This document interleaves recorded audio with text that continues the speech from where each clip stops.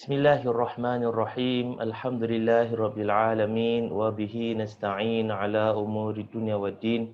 Wassalatu wassalamu ala asyrafil anbiya'i wal mursalin sayyidina Muhammadin wa ala alihi wa sahbihi ajma'in. Rabbi shrah li sadri wa yassir li amri wahlul 'uqdatam min lisani yafqahu qawli. Subhanaka la ilma lana illa ma 'allamtana innaka antal alimul hakim. Assalamualaikum warahmatullahi wabarakatuh. Alhamdulillah kita bersua kembali dalam siri ceramah berkenaan dengan air dalam Al-Quran mengikut tafsiran atau perspektif ilmu kontemporari. Dan Alhamdulillah pada minggu lepas saya telah membahaskan berkenaan dengan kepentingan air bagi kehidupan. Maka kali ini kita berpindah pula kepada air sebagai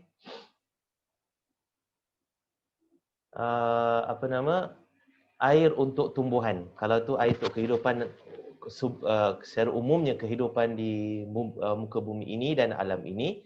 Nah, ini sekali kita lihat pada dalam ayat Al-Quran yang menerangkan berkenaan dengan air, kepentingan air untuk tumbuhan. Allah Subhanahu Wa Taala berfirman dalam surah Al-Hajj ayat yang kelima, A'udzu billahi minasyaitonir rajim. Bismillahirrahmanirrahim.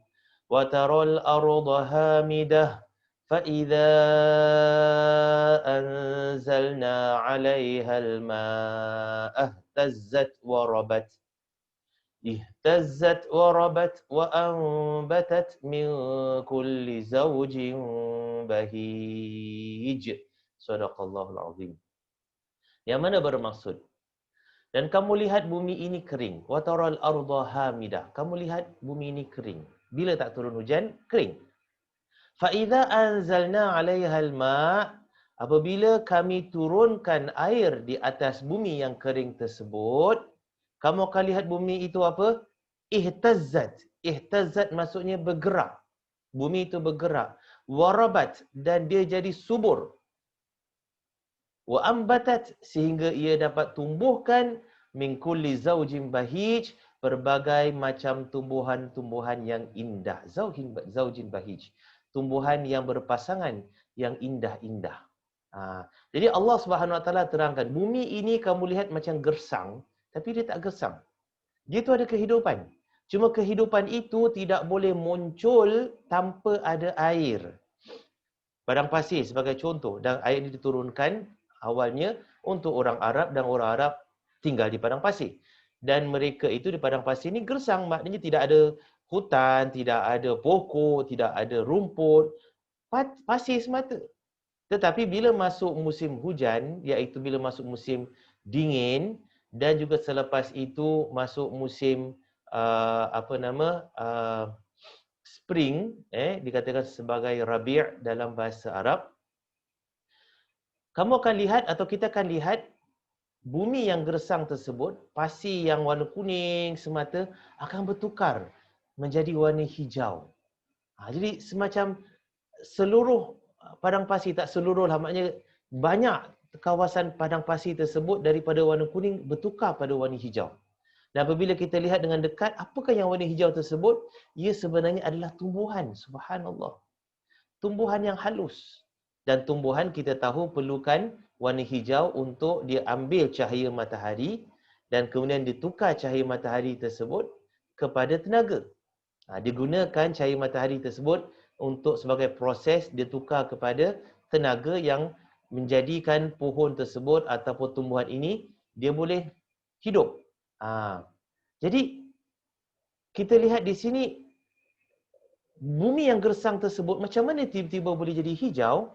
Sebenarnya di antara pasir-pasir yang bertimbun di padang pasir ini ada dikatakan biji-biji ataupun benih-benih bagi tumbuhan tersebut yang tersembunyi, yang halus. Yang halus, yang hanya menunggu air saja. Bila dia terkena air saja pada benih tersebut, benih ini kemudian akan merekah dan dia akan mengeluarkan dia punya tumbuhan dia yang awal sekali. Yang itu yang lama kelamaan akan menghijau kerana dia perlukan tenaga matahari untuk terus hidup, tapi asalnya tenaga itu datang daripada dalam biji tersebut, dalam benih itu sendiri sudah ada tenaga. Air itu hanya untuk memacu atau sebagai petanda ataupun sebagai trigger, memulakan kehidupan yang baru daripada benih tersebut, dengan benih itu mengambil tenaga yang ada dalam dirinya sendiri dan mengeluarkan tangkai yang halus, dan tangkai ini kemudian mengeluarkan daun, dan daun itu berwarna hijau, dan maka dengan daun yang warna hijau tersebut, apabila tenaga di dalam benih tersebut semakin habis, maka tenaga itu diperlukan untuk membentuk daun warna hijau tersebut. Maka daun warna hijau ini dia mengambil alih tugas benih tersebut dan mengambil tenaga daripada matahari, dan daripada tenaga matahari tersebut dia akan terus memacu kehidupannya dan semakin dia tu mekar. Subhanallah, dan dia semakin besar. Yang ini Allah Subhanahu Wa Taala bila sebut kamu akan lihat bumi itu bergerak, ihtazat, bukan bumi itu maknanya bergoncang, tidak. Di antara benih-benih, di antara bumi tersebut ada benih-benih yang tersembunyi, yang benih ini yang mula bergerak kehidupan. Dia mula merekah. Bila dia merekah, keluarnya tumbuhan di kalangan di antara benih tersebut, dan ini dikatakan sebagai bumi itu bergerak dan jadi subur bumi tersebut. Hijau sejauh mata memandang. Jadi dunia ini penuh dengan kehidupan, tapi kehidupan itu dia akan dalam keadaan tidur, tidak dia itu bergerak sehinggalah air menimpanya, dan air itu akan mulakan proses kehidupan dalam benih tersebut. Bukan setakat benih saja. Malah ada binatang juga sedemikian. Ada satu katak di kawasan Death Valley di California, tempat yang panas, paling panas. Baru-baru ini tercatat bahawasanya suhu yang paling panas di atas muka bumi yang direkodkan ialah di Death Valley, sebanyak 55 darjah Celsius. Subhanallah. 55 darjah Celsius tersebut bukan di tengah padang pasir, tapi di bawah naungan. Dia di bawah di bawah, kalau kita dalam bangunan ke apa, 55 darjah. Kalau kita keluar daripada tu makin lagi panas. Kalau di Saudi itu biasa catat 51, 52 darjah Celsius, panas, sungguh panas. Tetapi itu di luar, di kawasan yang terik kena matahari. Tapi kalau di bawah bumbung, di bawah bayang-bayang, apa saja, dia tidak akan begitu panas. Kerana dia terlindung daripada cahaya matahari yang langsung, yang direct padanya. Jadi Death Valley ini panas. Dia lebih panas daripada setengah padang pasir. Tetapi di dalam Death Valley ini, dalam tanah tersebut, subhanallah, ada kehidupan. Dan di antara kehidupan yang ada dalamnya ialah sejenis katak. Dan katak ini, dia berada dalam tanah, dia berada dalam keadaan hibernation.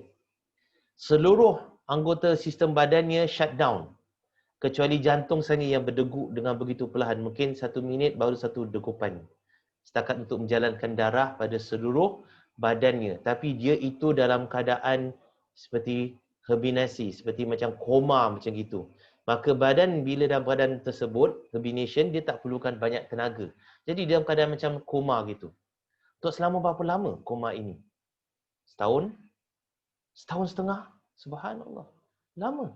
Kalau kita lihat beruang, beruang warna coklat, brown bear yang berada di Amerika, bila masuk musim sejuk, dia akan masuk dalam keadaan hibernation. Dia akan cari gua atau tempat mana dan dia akan shut down badan dia tersebut itu, dan seluruh sistemnya tersebut itu switch off, tinggal jantungnya saja yang berdegup dan otaknya yang masih lagi berfungsi kerana darah yang masih mengalir, tapi degupan yang sangat perlahan. Dan dia dalam keadaan bukan setakat tidur, tapi dalam keadaan seperti hibernasi. Kalau tidur maknanya badan kita berfungsi macam biasa, tapi hibernasi lagilah tak berfungsi.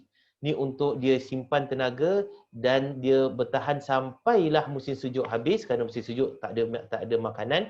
Apabila masuk musim bunga, spring, maka ketika tersebut badannya secara automatik bangun. Allah Subhanahu Wa Taala jadikan sistem dalam badan beruang ini untuk dia bangun. Dan bila dia bangun, badannya dah semakin kurus. Kerana apa? Kerana sepanjang hibernasi digunakan tenaga daripada lemak-lemak badan dia tu untuk tenaga dia. Dan bila dia bangun, barulah dia pergi cari makanan. Nah, itu beruang. Tinggal dia cuma hibernasi dalam masa 3 bulan, 4 bulan. Tapi katak ini yang berada di Death Valley, yang berada di dalam Death Valley ini, lebih kurang sekaki setengah di dalam tanah Death Valley tersebut. Katak ini hibernasi selama setahun, 2 tahun, kadang-kadang 3 tahun. Subhanallah. Dia boleh bertahan 3 tahun dalam tanah tanpa ada makanan. Sehinggalah apa? Sehinggalah hujan turun. Nah, hujan turun di Death Valley ini jarang-jarang sekali. Tak setahun, tak sekali. Kadang-kadang 2 tahun sekali. Dan bila dia turun hujan, hujan lebat. Dan oleh kerana tidak ada saluran air yang mengalir, maka air itu bertakung, maka jadilah dia itu seperti macam tasik. Tapi tasik yang cetek. Air mengenang macam gitu.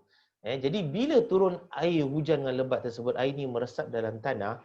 Bila air, titik-titik air ini terkena dengan kulit katak ini, dia trigger katak ini untuk jaga daripada tidurnya, jaga daripada hibernasinya. Maka dia tersedar daripada hibernasi dia, maka dia terus naik ke atas sebab dia tahu air dah turun, maka dia keluar daripada tanahnya dan mulalah dia tu berbunyi dan mencari pasangan dia dan mengambil makanan yang ada yang Allah berikan kepadanya. Maka banyaklah katak-katak tu keluar daripada tanah. Tiba-tiba tanah yang gersang ini ketika musim panas, bila hujan turun dan air bertakung, ada kehidupan dalam air tersebut. Garuk kepala orang, dari mana datang katak ini? Daripada langit? Mustahil. Orang letak? Mustahil. Maka satu saja jawapan dia, katak ini daripada bawah tanah yang keluar, jantan dan betina. Dan mereka itu cari pasangan mereka dalam masa tempoh yang sangat singkat sebelum air semua kering. Mereka makan, mereka berkahwin, mereka beranak dan mereka bertelur, dan ketelur itu kemudian membesar, kemudian jadilah dia anak katak. Kemudian bila air kering, semua masuk dalam tanah balik, maka mak bapak katak ni mati. Generasi baru pula yang ambil alih, masuk dalam tanah. Subhanallah. Kehidupan yang ada daripada tempat yang dianggap gersang, tidak ada kehidupan. Jadi, kita lihat di sini, keajaiban ciptaan Allah SWT di alam ini sangat hebat. Di mana-mana kita lihat, ada kehidupan. Dan kehidupan itu memerlukan air. Kalau tidak ada air, kehidupan itu, dia ini tersembunyi. Bukan tidak ada, dia tersembunyi. Sehinggalah air itu ada, maka kehidupan itu akan muncul semula. Sama ada benih kehidupan itu dibawa oleh angin, ataupun benih kehidupan itu memang ada di dalam tanah tapi dalam bentuk hibernasi, sama ada dia itu binatang ataupun dia itu dalam bentuk benih tumbuhan yang mana dia itu biji-bijiran yang tumbuh apabila air itu menimpanya. Jadi Allah Subhanahu Wa Taala mengajak kita lihat kepada keagungannya, lihat kepada bumi yang gersang ni. Kamu akan lihat keagungan Allah Subhanahu Wa Taala. Bumi yang gersang, bila timpa air, bumi itu akan merekah, bergegar, bergerak, kemudian jadi subur, dan kemudian tumbuhkan bermacam-macam tumbuhan. Dan kalau kita nak lihat daripada sudut binatang yang tidur atau hibernate di dalam tanah tersebut, seperti katak yang berada di di Death Valley itu, apabila air hujan itu turun, menimpa tanah dan tanah itu meresap air dan kena katak dalam tanah tersebut, katak ini akan korek balik di atas tanah dan keluar daripada tanah. Maka tanah itu juga bergerak. Kerana apa? Kerana katak yang naik di atasnya. Subhanallah. Jadi ini merangkumi berbagai tafsiran. Nah, dalam ayat ini Allah SWT sebut berkenaan dengan berbagai-bagai tumbuhan yang indah. Dan saya katakan tadi bahawasanya tumbuhan yang indah ini, untuk dia mula tumbuh, dia perlukan tenaga yang asal. Tenaga yang asal ini yang tersimpan di dalam biji ataupun di dalam benih dia. Kemudian bila air kena pada dia, biji ini atau benih ini merekah, maka keluarlah tangkai yang mula tumbuh. dan tumbuhan ini mengambil tenaga daripada biji tersebut. Kemudian apabila dah hampir habis tenaga dalam biji tersebut, tangkai ini mengeluarkan daun yang hijau, dan daun hijau ini meneruskan proses mengambil tenaga pula daripada matahari kerana bijinya dah habis tenaga. Dan itu kita lihat buah-buah semua, dalamnya ada biji. Biji itu yang sebagai penerus kehidupan tumbuhan itu. Buah itu dia punya yang selalu manusia makan, dia punya yang sedapnya, lemaknya dan sebagainya, apa saja, itu sebenarnya adalah tenaga untuk biji ini tumbuh. Itu juga kalau kita makan telur sebagai contoh. Telur itu, dia punya benih dia itu satu titik berwarna gelap sedikit di tengah-tengah kuning telur. Tenaga yang diperlukan untuk benih ini jadi anak ayam diambil daripada kuning telur. Manakala putih telur tu adalah dia punya cushion dia, agar apa? Agar kalau dia tercampak sana sini, maka dia punya kuning telur tu tak pecah. Maka binatang yang ada di dalam telur tersebut tu yang mula tumbuh, dia tu terapung dalam air, maka dia tu tidak mudah dia itu cedera atau pecah, tercampak sana sini kerana dia terapung dalam air tersebut. Tapi tenaga asal yang ada dalam biji tersebut, dalam telur itu. Ini ciptaan Allah Subhanahu Wa Taala. Apabila dia keluar, dia cari makanan dia sendiri. Itu juga tumbuhan, bila dia keluar daripada bijinya, kemudian keluar dia punya daunnya warna hijau, maka dia ambil tenaganya daripada matahari. Nah, proses dia ambil tenaga daripada matahari ini namanya fotosintesis. Dan fotosintesis ini Allah ciptakan, subhanallah, bukan setakat untuk tumbuhan itu sahaja, tetapi dia juga adalah untuk manusia dan juga untuk semua makhluk yang ada di atas muka bumi ini. Apa maksudnya?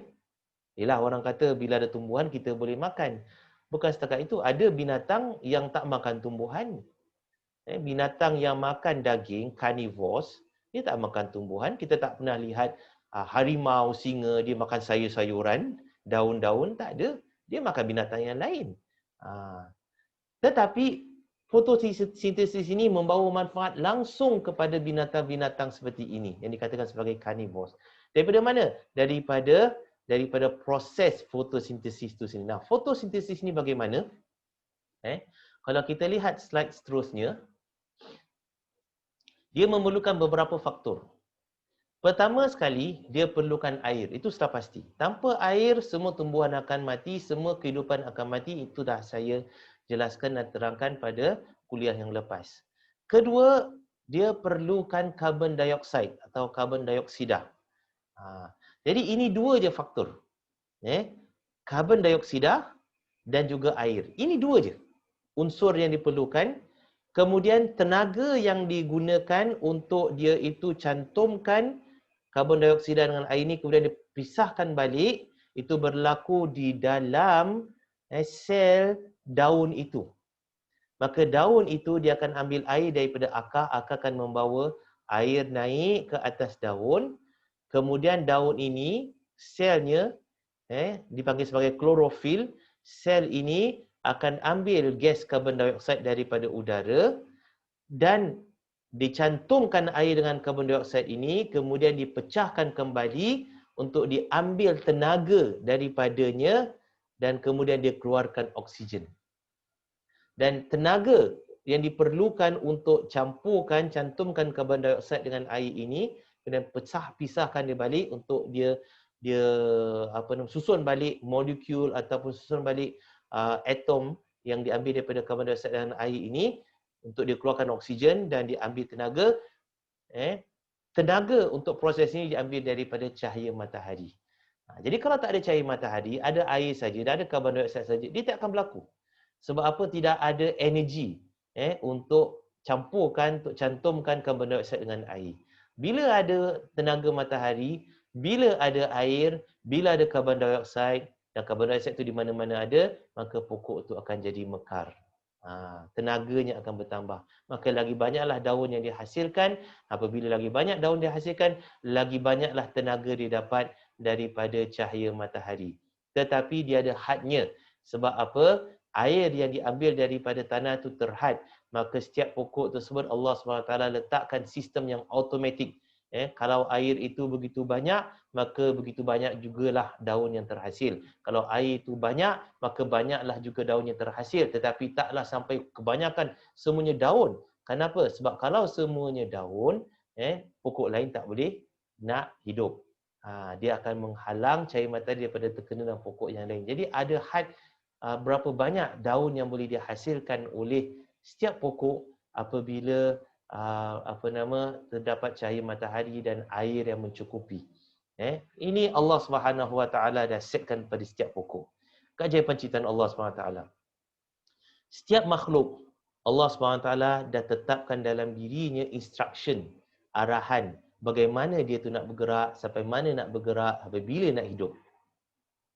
Ini dikatakan ajal. Manusia bila kata ajal, maksudnya dia mati, dia tak berfungsi lagi. Tapi kalau kita nak tahu, sel yang membentuk badan manusia dan juga semua makhluk yang hidup di atas muka bumi ini, sel tersebut juga, di dalam sel ini, di tengah-tengah sel tersebut dinamakan sebagai nukleus, dia punya center dia ada DNA. Dan DNA ini dia itu 4 chemical, 4 protein yang mana dia itu terpusing dalam bentuk tangga yang berputar. Dan DNA ini Allah SWT dah setkan di penghujungnya, dia punya pengikat dia berapa lama dia boleh hidup. Jadi DNA ini menentukan bila dia mati sebenarnya. Dia dah ada instruction bila nak mati. Bila terbukanya ikatan tersebut, maka terurailah DNA itu, maka matilah sel itu. Maka setiap sel Allah dah tentukan ajalnya. Setiap sel. Dan badan kita terdiri daripada trilion sel. Setiap sel ada masa dia mati dan digantikan sel yang baru. Dan kita sendiri ini ada sampai masanya kita akan mati. Dan juga kita manusia mati, jasadnya hancur, tapi rohnya akan berpindah ke alam barzakh. Jadi dalam fotosintesis ini Allah SWT dah tentukan pada setiap pokok berapa banyak tenaga yang boleh diserap, berapa banyak tenaga yang boleh dihasil, berapa banyak air yang diserap, berapa banyak karbon dioksida yang diambil, berapa banyak oksigen yang dikeluarkan. Nah, itu yang saya katakan tadi. Fotosintesis ini membawa manfaat kepada semua makhluk di atas muka bumi ini. Kerana proses fotosintesis ini, daripada air dan matahari ini, menghasilkan oksigen. Dan oksigen kita tahu, kita perlukan oksigen untuk kehidupan. Kita tidak dapat hidup kalau sekiranya tidak ada oksigen. Oksigen ini, dia ini membawa tenaga kepada sel, untuk sel tu hidup. Peliknya subhanallah gas ini. Tetapi oksigen ini, kalau dia itu terlebih, dia akan menjadi racun kepada manusia. Kalau oksigen ini kurang, dia akan membunuh manusia. Ini dia ada had yang tertentu saja. Bayangkan dunia ini. Dunia ini kandungan oksigen di atmosfera lebih kurang dalam 22%, 23%. Tak sampai 30%. Tetapi kalau Allah SWT tentukan dunia ini mempunyai lebih oksigen sampai kepada 30% oksigen, apa yang akan terjadi? Apa yang akan terjadi ialah setiap sesuatu itu mudah terbakar. Kita buka mancis sedikit saja, dia terus meletup. Macam gitu. Sebab apa? Banyak sangat oksigen di kelilingnya. Dan apabila tahap oksigen ini makin meningkat lebih daripada 30 darjah sampai 40 darjah, 50 darjah, tidak ada makhluk yang boleh hidup atas muka bumi. Kata kita perlu oksigen untuk hidup. Ya, tapi kalau terlebih oksigen, semuanya akan mati. Sebab oksigen ni racun sebenarnya. Racun. Jadi Allah Subhanahu Wa Taala cipta badan manusia dan cipta makhluk atas muka bumi ini sama ada melalui proses apa saja. Kalau para saintis kata itu proses melalui evolusi dan sebagainya, itu tak menjadi masalah kepada kita semua. Tapi akhirnya siapa yang menentukan? Siapa yang menentukan tahap oksigen yang sesuai untuk makhluk di atas muka bumi ini? Allah Subhanahu Wa Taala. Evolusi kalau berlaku pun siapa yang menetapkan bahawasanya makhluk ini sesuai melalui evolusi, dia bertukar selnya sedikit sebanyak sehinggalah dia itu sesuai dengan keadaan atmosfera bumi yang hanya 22-23% oksigen. Kalau ikut teori evolusi, dia berlaku kerana mutasi dalam sel, cell mutation. Cell mutation ni random act. Dia sesuatu yang berlaku bukan terancang.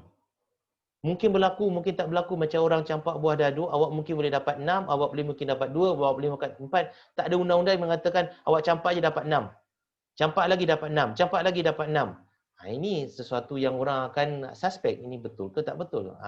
Jadi dia itu secara random, tetapi yang apa nama peliknya, apabila banyaknya berlaku perkara-perkara yang apa nama random ini, yang bukan berlaku secara terancang ini, dia terhasil makhluk yang sesuai kehidupannya di atas muka bumi. Persoalannya, siapa yang menentukan mutasi sel ini? Macam mana sel boleh mutate pada waktu yang diperlukan dalam proses yang begitu lama sehinggalah menghasilkan makhluk yang sesuai untuk hidup atas muka bumi ini? Allah Subhanahu Wa Taala, Tuhan. Para saintis tak boleh nak beri alasan. Kalau kita nak tanya mereka, kalau kita tanya mereka, ini random cell mutation ini berlaku ini macam mana? Dia cakap, ya, itu cuma secara random, mungkin berlaku, mungkin tak berlaku. Itu saja. Mereka tak boleh nak berikan jawapan. Mereka kata itu mengikut statistik. Ya, siapa tentukan statistik? Statistik mengatakan, katakan awak campak buah dadu 100 kali. Berapa banyak, berapa persen, berapa banyak 6 yang akan boleh keluar. Mengikut statistik, katakanlah 20% akan keluar. 20 kali awak campak, dia akan, atau tidak, 17 kali awak campak dapat 6. 17 kali campak, setiap kali 100 kali awak campak, awak dapat 17 kali 6, 17 kali 1, 17 kali 2, 17 kali 3, sehingga kan semuanya, kalau campur 17 sampailah dia itu sampai 100. Jadi setiap nombor tu dia punya peluang untuk keluar tu sebanyak 17 kali saja katanya. Tapi ini cuma ikut statistik, ikut matematik, dan dia tak semestinya berlaku pada setiap kali, setiap masa. Ya, secara umumnya dia boleh berlaku sedemikian, tapi kalau katakan kita campak 100 kali, mungkin waktu kita campak yang keluar nombor 6 itu 40 kali, bukan 17 kali. Tapi kita tanya, awak cakap 17 kali, macam mana boleh 40 kali? Jadi itu statistik. Dia ikut secara umum saja. Ini tak boleh diterangkan oleh para saintis. Begitu juga mengikut statistik rakyat Singapura ini panjang umur. Kalau lelakinya, purata umur hidup lelaki ini di Singapura, orang lelaki lebih kurang 80 lebih, 84, 83 tahun. Kalau wanita boleh sampai 90 tahun umurnya. Tapi tidak semestinya awak akan sampai umur 84 tahun. Betul-betul 84 tahun, awak meninggal dunia. Tidak. Itu secara umum, statistik. Jadi begitu juga. Kalau kita katakan benda ni berlaku secara random, itu ikut statistik. Tapi yang tentukannya sampai berlaku macam begini, sampai berlaku statistik macam gini, siapa? Mesti ada pengaturnya, iaitu Allah Subhanahu Wa Taala. Yang itu tidak dipercayai oleh saintis yang tidak percaya kepada Tuhan. Jadi oksigen yang dikeluarkan oleh fotosintesis ini, dalam bilangan yang telah ditetapkan oleh Allah Subhanahu Wa Taala, sehingga kan oksigen yang terhasil dan karbon dioksida yang diambil daripada alam ini, daripada atmosfera ini, dia balance. Kita lihat permukaan muka bumi ini. 70% lebih kurang 70 hingga 75% adalah air. Ditutupi oleh air, lautan, ocean dan sebagainya. Dan lebih kurang 20 lebih hingga 30% adalah tanah. Dan daripada tanah ini, daripada darat ini, berapa persen saja yang ada tumbuhan yang lebat? Berapa persen pula yang tak ada tumbuhan? Kalau kita pergi ke tengah padang pasir, kawasan padang pasir, dan kawasan padang pasir ini latitude antara 20 darjah, antara 18-15 darjah sehinggalah 30 darjah latitude utara dan juga selatan. Itu lebih kurang padang pasir, maka tidak ada tumbuhan yang tinggal di situ. Tidak ada tumbuhan. Begitu juga kalau kita pergi ke kutub utara, kutub selatan, North Pole, South Pole, tidak ada tumbuhan. Jadi ada kawasan terhad saja di ekuator ada tumbuh-tumbuhan, dan di atas padang pasir, latitude lebih tinggi pada padang pasir ada hutan, dan latitude yang lebih bawah rendah daripada padang pasir tersebut adalah yang ke selatan adalah juga tumbuhan. Jadi tumbuhan yang tumbuh di 25 hingga 30%, 25 hingga 30% permukaan bumi ini, yang permukaan yang dipenuhi dengan tumbuhan tu hanyalah lebih kurang 80%, 70%. Jadi 70% daripada 30%, lebih kurang permukaan bumi ini ditutupi oleh tumbuh-tumbuhan, hanyalah lebih kurang dalam 10-15% saja. 10-15% permukaan bumi ini ditutupi oleh tumbuh-tumbuhan. Ini belum lagi manusia datang dan tebang hutan dan sebagainya. Jadi 10-15% ini dah cukup fine tune. Dah cukup sesuai untuk menghasilkan oksigen yang mana tahapnya di atmosfera bumi antara 20 darjah hingga 24 darjah, 23 darjah, 24%, 23%, 22%, lebih kurang. Jadi dah fine tune. Apabila manusia tebang hutan, maka mesin yang menghasilkan oksigen, iaitu tumbuh-tumbuhan ini yang mengeluarkan oksigen, dah makin kurang.